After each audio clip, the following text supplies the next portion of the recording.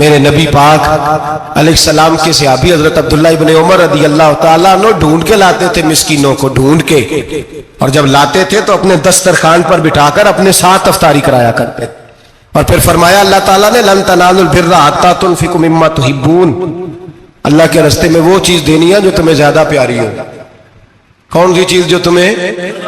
میں تھوڑا سا بے باک ہوں، بعض دوستوں کے ساتھ، سب کے ساتھ نہیں۔ ایک دوست مدرسے میں گھی دینے آئے ایک دفعہ، تو وہ والا گھی دے گئے جو سب سے سستا تھا، تو میں نے کہا مجھے دیانتداری سے بچائے، آپ یہی کھاتے ہیں گھر میں؟ کہنے لگے نہیں۔ تو میں نے کہا پھر ہم نے بچے مارنے کے لیے تو نہیں نہ رکھے ہوئے، کیا وہ والا گھی اللہ کے راستے میں پیاری چیز دے رہی ہے نا، اس لیے گلے گلے نوٹ لوگ مسجد کے گلے میں ڈال جاتے ہیں، پھٹے ہوئے ڈال جاتے ہیں، کہتے ہیں جوڑ لیں گے مولوی صاحب۔ اور خدا کے بندے پیاری چیز دینی تھی تو نے، اور تو نے اس کا ترجمہ الٹ کر لیا ہے۔ سمجھ لیں رمضان المبارک میں کسی غریب کی مدد کرنی ہے تو ساتھ اس کی عزت بھی کرنی ہے۔ نبی پاک علیہ السلام کے دروازے پہ جب سے، یہ جملہ ایک ہے لیکن بڑا قیمتی ہے، صحابہ کہتے ہیں جب ہم دروازہ رسول پہ جاتے تھے خیرات بھی ملتی تھی اور عزت بھی ملتی تھی، خود بھیک دے خود ہی کہیں منگتے کا بھلا ہو، خیرات بھی ملتی تھی اور عزت بھی ملتی تھی۔ نبی پاک ساتھ عزت بھی دیتے تھے، مسکین کو غریب کو دیں اور خیر خائی کریں، جوتے بیچنے والے جوتوں کے ریٹ سستے کریں، کپڑا بیچنے والے کپڑے کا ریٹ، درزی صاحب بھی ریٹ سستا کریں، دکاندار بھی چیزوں کا ریٹ، حکیم صاحب پیسے کم لیں، ڈاکٹر پیسے کم کریں، حکومت نرخوں میں کمی کرے، اور یہ کام اجتماعی طور پہ کریں۔ میرے نبی پاک نے فرمایا رمضان غمخواری کا مہینہ ہے، اس میں غمخواری کرنی ہے، دوسرے کا خیال کریں، احسار کریں، قربانی کریں۔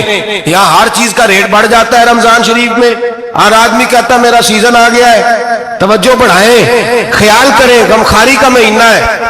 اور پھر آپ لوگوں سے یہ بھی گزارش ہے کہ رمضان المبارک کا جب مہینہ آئے تو جس آدمی کے ساتھ نیکی کرنی ہے وقت پہ کریں، کسی غریب کو پیسے دینے ہیں، کپڑے دینے ہیں تو یکم رمضان کو دیں۔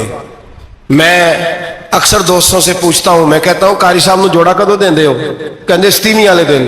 میں کہ مینوں لگ گئی سمجھ، تہاڈی سازش ہے کدھرے سواں کے پا نہ لگے، ایویں مولوی چودھری صاحب دے نال دے کپڑے پا لے تے کتنے لکھیا ہے اینوں دینا ہے ستیویں؟ تسی دسو ستیویں والے دن کو درزی سی کے دیندا ہے، انہوں 3 گنا بھی پیسے دئیے تو کہندا جڑے باقی نے انہاں دے نہیں بٹن پہ لگدے میرے کولوں، کتھوں جوڑا سی کے؟ تو کس دن دیتے ہو قاری صاحب کو؟ کیا مقصد ہے؟ پہننے کے لیے دے رہے ہو یا اس لیے دے رہے ہو کہ نہ پہن سکے؟ تو بھائی آپ جب کسی کو کوئی چیز دیں گے تو کب دیں گے؟ جب وہ استعمال کر سکے۔ غریب کو لوگ فطرانہ دینے جاتے ہیں عید سے 1 دن پہلے، تو کیا کرے گا اس کا؟ وہ نہ تو کپڑے خرید سکا نہ روٹی لا سکا، بلکہ میرے حضرت صاحب فرماتے ہیں رمضان سے پہلے دے دو، رمضان کی نیت کر کے رمضان سے 1-2 دن پہلے دے دو، اللہ رمضان جتنا ثواب ہی عطا فرمائے گا۔ رمضان سے پہلے دو جس کو کچھ ہے دن، قبل از وقت تیاری کر۔ اور میرے قبلہ صاحب فرمایا کرتے اپنے کپڑے بعد میں، غریب کے بچوں کے کپڑے پہلے، اپنے گھر کی ضروریات بعد میں، غریبوں کی ضروریات، اس لیے کہ اللہ پاک نے ان کا رزق بھی ہمارے گھر بھیج دیا ہے، ہماری ڈیوٹی لگائی ہے کہ تم نے بانٹنا، بانٹنے والے بنو، اور یہ ذہن بنائے کہ پتہ نہیں کس کا حصہ تھا جو اللہ نے میرے گھر بھیجا، یہ ذہن بنا کے بانٹ، اور جس کو دینے جائیں ہاں آپ کو اجازت ہے تھوڑا بہت پتہ کرنے کی، لیکن تھوڑا بہت تفتیش کرنے کی اجازت، بال کی کھال اتارنے کی اجازت۔ میں نے دیکھا ہے لوگ غریبوں کا انٹرویو لیتے ہیں، تیرا تو فلانا کمانے والا نہیں، تیرا تو فلاں بچہ، او بھائی بہت سارے غریب ایسے ہیں، بڑے ہیں جو کمانے کی کوشش کرتے ہیں لیکن ان کا سبب نہیں بنتا۔ ہاں ہے ایسے لوگ جو سعودی عرب چلے گئے ہیں، کہتے ہیں تیرا تو فلاں باہر نہیں گیا، ہے گیا ہے، لیکن سارے سعودی عرب جانے والے بھی مال کمانے کی طاقت نہیں رکھتے، کئی وہاں بھی بیٹھ کے بیچارے قرضوں میں الجھے ہوئے ہیں، وہاں والوں کے ظلم کا شکار ہے، بہت ساری آزمائشوں میں تو تفتیش کرتا ہے۔ میرے امام شافعی کا ایک جملہ اگر آپ کو یاد رہ گیا تو بات بن جائے گی، امام شافعی رحمت اللہ، بلکہ حضرت غوث اعظم جیلانی کے پاس وہ بات آپ کو زیادہ فائدہ دے گی۔ حضرت غوث اعظم جیلانی کو ان کا ایک مرید سمجھانے لگ گیا، کہنے لگا حضرت جی آپ سب کو دیتے رہتے ہیں، ہر بندہ مستحق نہیں ہوتا، ذرا ٹٹول کے دیا کریں۔ تو غوث اعظم جیلانی فرمانے لگے بھائی مجھے تو لگتا ہے تو بھی ان چیزوں کا مستحق نہیں تھا جو اللہ نے تجھے عطا کر دی ہے۔ پہلے تو بتا تو مستحق تھا، تجھے اپنی حیثیت اوقات کا پتہ ہے جو اللہ نے تجھے دے دیا؟ طاقت تھی، کوالٹی تھی تیرے اندر، وہ صلاحیت تھی؟ رب نے تو نہیں تیری تفتیش کی کہ تو قابل ہے کہ نہیں، تو اللہ کے بندوں کی تفتیش کرتا پڑتا ہے۔ امام شافعی فرمایا کرتے، امام شافعی فرماتے رب تجھے پرکھ کے نہیں دیتا، ٹٹول کے نہیں دیتا، رسوا کر کے نہیں دیتا، تو غریبوں کے ساتھ یہ سارا ظلم کیوں کرتا ہے؟ بس پتہ چل گیا وہ ضرورت مند ہے تو دے، اس لیے کہ اجر تجھے غریب نے نہیں دینا، اجر اللہ نے دینا ہے، اور اللہ اجر عمل پہ نہیں دیتا، اللہ تو نیت پہ اجر عطا فرماتا ہے۔ تو نیت دیکھ تیری کس طرح کی۔ تو میرے بھائی غریب کو دیں، قبل از وقت دیں۔ رمضان مبارک میں چوتھا کام، بات آخری اور چوتھا کام سنیں، رمضان میں دین سیکھیں۔ شیطان قید ہوتا ہے زیادہ سے زیادہ، اور جب آدمیوں کا پیٹ خالی ہوتا ہے نا تو ذہن جو ہوتا ہے نا وہ بھی اس کا فریش ہوتا ہے، اس میں کوشش کرے دین سیکھنے کی۔ میرے نبی کریم صلی اللہ علیہ وسلم نے اس دین کو علم کا دین قرار دیا ہے، شعور کا دین قرار دیا ہے، فہم کا دین قرار دیا ہے۔ نبی پاک صلی اللہ علیہ وسلم نے فرمایا ایک عبادت کرنے والا عشاء کے بعد کھڑا ہو اور فجر تک نماز پڑھتا رہے، ایک عالم دین عشاء پڑھ کے سو جائے، اٹھ کے فجر پڑھ لے، تو وہ 70 عبادت کرنے والوں کا درجہ زیادہ نہیں، عالم کا درجہ پھر بھی زیادہ ہے، اس عالم دین کا درجہ زیادہ ہے، اس لیے کہ وہ لوگوں کو آگاہی دیتا ہے، شعور بخشتا ہے۔ یہ دین جو ہے یہ، اور نبی پاک صلی اللہ علیہ وسلم نے فرمایا عبادت کرنے والے پر عالم کا درجہ اتنا ہی زیادہ ہے جتنا میرا درجہ اپنے غلاموں پر زیادہ ہے۔ عالم کو حضور نے اتنا بڑا مقام دیا۔ دین سیکھیں، شعور حاصل کریں، یہ فقاہت کا دین ہے، شعور حاصل کرنے کا دین ہے۔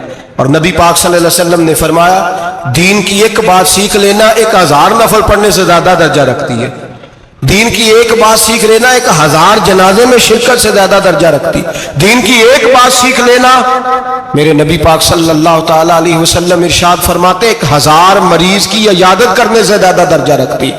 فرمایا جس نے رات کے ایک لمحے میں دین کی ایک بات سیکھی، اللہ اسے ساری رات عبادت کرنے سے زیادہ ثواب عطا فرمائے گا۔ میرے ایسا فرمایا کرتے جب سیکھنے والے کو یہ ثواب ملے گا تو بتائیے سکھانے والے کو کتنا ثواب ملے، اسے اللہ کتنا درد۔ رمضان آ رہا ہے، شیطان قید ہے، دین پھیلانے کی کوشش کریں، جد و جہد کریں۔ بڑی نیند آتی ہے فجر پڑھ کے، لیکن اگر کسی کا ارادہ بن جائے کہ دین سیکھنا بھی ہے اور دین بچوں کو، تو پھر کوئی نیند غلبہ۔ ایک مثال ایک عالم نے سمجھائی، کوئی بزرگ تھے درویش عالم، ان کے پاس ایک عورت آئی، کہنے لگی میں بچوں کو سویرے بڑا جگاتی ہوں، بچے جاگتے نہیں نماز کے لیے۔ بڑا عجیب جواب دیا بزرگوں نے، درویش نے، عالم نے، کہنے لگے بی بی کیوں نہیں جاگتے، جگایا کر، بیدار کیا کر، اٹھایا کر۔ کہنے لگی بڑی جدوجہد کرتی ہوں، اٹھتے نہیں، بیدار نہیں ہوتے۔ اللہ والے تھے نا۔ کہنے لگے یہ بتا اگر اس کمرے میں آگ لگ جائے تو پھر بچوں کو کیسے بیدار کرے گی؟ آگ سے بچانے کے لیے کیا کرے گی؟ پھر تو بالوں سے پکڑ بھی گھسیٹنا پڑا تو گھسیٹ کے کمرے سے لاؤں گی، پھر تو چوٹیں لگتی ہیں تو لگ جائے، پھر میں پرواہ نہیں کروں گی۔ آپ فرمانے لگے یوں سمجھ لے جہنم کی آگ جل رہی ہے، اگر تیرے بچے نے نماز نہ پڑھی تو آگ لگ جائے گی، اگر اس نے عبادت نہ کی تو اسے آگ، اب جیسے بھی تجھے اٹھانا پڑتا ہے اٹھا گھسیٹ کے باہر لا، لیکن اس کی نماز قضا۔ نیند بڑی آ رہی ہے سویرے، لیکن اگر دین نہ سیکھا تو مشکل ہو جائے۔ جیسے بھی اپنے آپ کو جگانا چاہیے، ہمت کرنی چاہیے، دلیری کرنی چاہیے۔ تو ہمیشہ مدحت خیر الانام میں گزرے، دعا ہے یہ عمر درود و سلام میں گزرے۔ آخر دعوت